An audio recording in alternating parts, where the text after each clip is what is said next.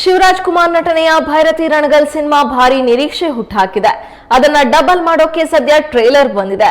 ಶಿವಣ್ಣನ mass performance, Narthan taking, ಅದ್ದೂರಿ making, Ravi Basrur music ಸೇರಿ ಸಖತ್ ಕಿಕ್ ಕೊಡ್ತಿದೆ ಟ್ರೇಲರ್. ಇನ್ಮೇಲಿಂದ ರೋಣಾಪುರದಲ್ಲಿರೋದು ಸರ್ವೆ ಕಲ್ಗಳಲ್ಲ, ರಣಗಲ್ ಸಾಮ್ರಾಜ್ಯದ ಮೈಲಿಗಲ್ಗಳು.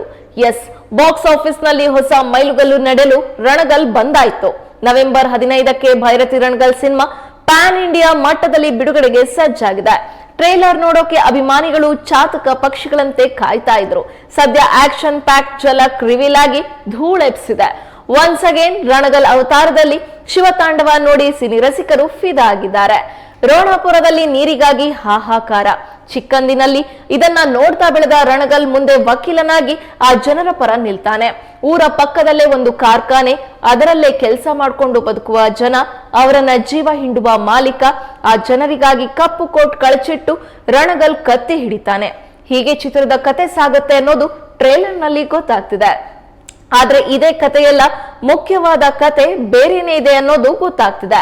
ಜಬರ್ದಸ್ತ್ ಡೈಲಾಗ್ಸ್ ಜೊತೆಗೆ ಚಿತ್ರದ interesting sequence, elevation scenes mix ಮಾಡಿ ಟ್ರೇಲರ್ ಕಟ್ ಮಾಡಲಾಗಿದೆ. ಚಿತ್ರದಲ್ಲಿರುವ ಮುಖ್ಯ ಪಾತ್ರಗಳನ್ನ ಪರಿಚಯಿಸುತ್ತಾ ಟ್ರೇಲರ್ ಮುಂದೆ ಸಾಗುತ್ತೆ. ಆ ಕಾರ್ಖಾನೆಯ ಮಾಲೀಕನ ವಿರುದ್ಧವೇ ನಾಯಕ ಸಂಗ್ರಾಮ್ ಮುಂದುವರಿಸ್ತಾನೆ. ಮುಂದೆ ತನ್ನದೇ ಮಾಫಿಯಾ ಸಾಮ್ರಾಜ್ಯ ಸೃಷ್ಟಿಸಿಕೊಂಡು ರಣಗಲ್ ಜನರ ಪರ ನಿಲ್ತಾನೆ. ಕೆಟ್ಟವರಿಗೆ ಕೆಟ್ಟವನಾಗಿ ಶಿಕ್ಷೆ ಕೊಡ್ತಾ ಒಳ್ಳೆಯವರಿಗೆ ಒಳ್ಳೆಯನಾಗಿ ಕಾಯ್ತಾನೆ. ಬಗೀರ ಚಿತ್ರದಲ್ಲಿ ವೈದ್ಯೆಯಾಗಿ ನಟಿಸಿದ ರುಕ್ಮಿಣಿ ಈ ಚಿತ್ರದಲ್ಲೂ ಕೂಡ ವೈದ್ಯೆಯ ಪಾತ್ರಕ್ಕೆ ಬಣ್ಣ ಹಚ್ಚಿದ್ದಾರೆ. ಕಾರ್ಖಾನೆಯ ಮಾಲೀಕ ವೈಟ್ ಕಾಲರ್ ಕ್ರಿಮಿನಲ್ ಆಗಿ ರಾಹುಲ್ ಬೋಸ್ ಅಬ್ಬರಿಸಿದ್ದಾರೆ.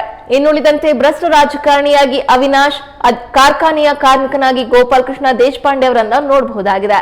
ರಣಗಲ್ ಸಹೋದರಿ ಪಾತ್ರದಲ್ಲಿ ಛಾಯಾ ಸಿಂಗ್ ಮುಂದುವರೆದಿದ್ದಾರೆ. ಇನ್ನು ನವೀನ್ ಕುಮಾರ್ ಛಾಯಾಗ್ರಹಣ ಸೊಗಸಾಗಿದೆ.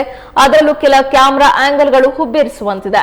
ಕಲರ್ ಗ್ರೇಡಿಂಗ್ ಕೂಡ ಚೆನ್ನಾಗಿದೆ. ಆದ್ರೆ ಕೆಲವೊಮ್ಮೆ ಅದೇ ಧೂಳು, ಅದೇ ಮೈನಿಂಗ್ ಸನ್ನಿವೇಶಗಳು ಬೇಸರ ಮೂಡಿಸುತ್ತೆ. ರವಿ ಬಸರೂರು ಬಿಜಿಎಂ ಹಿನ್ನೆಲೆಯಲ್ಲಿ ಇಂತಹ ದೃಶ್ಯಗಳನ್ನ ಎಲ್ಲೋ ನೋಡಿದ್ದೀವಿ ಅಂತ ಅನಿಸದೇ ಇರೋದು.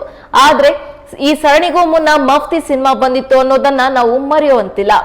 ಗೀತಾ ಪಿಕ್ಚರ್ಸ್ ಬ್ಯಾನರ್ ಅಡಿಯಲ್ಲಿ ಸ್ವತಃ ಶಿವರಾಜ್ ಕುಮಾರ್ ಚಿತ್ರವನ್ನ ನಿರ್ಮಾಣ ಮಾಡಿದ್ದಾರೆ.